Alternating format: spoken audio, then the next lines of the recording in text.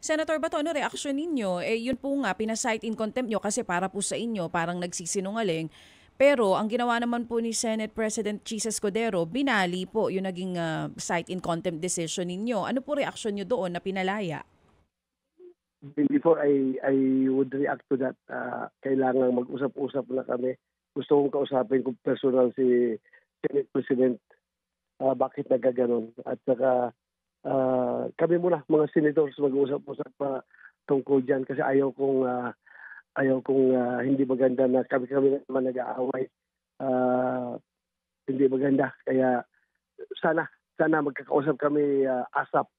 Uh, being Vice Chairman of the Senate Committee on Foreign Affairs, I demand explanation bakit ganon. Sige, mag-usap muna kami bago ako siwala o magbulalas ng aking damdamin kasi mahirap na. Uh, Mag-usap na kami. Mm-mm. We need to talk Opo. as an institution. Dapat hindi kami magkakalat. Kailangan magkaisa kami. Mm-mm. So kausapin ko muna siya. Although may initial reaction to that is I'm dismayed by that move. Pero still hindi muna ako tatalak ng talak dito. Mag-usap muna kami.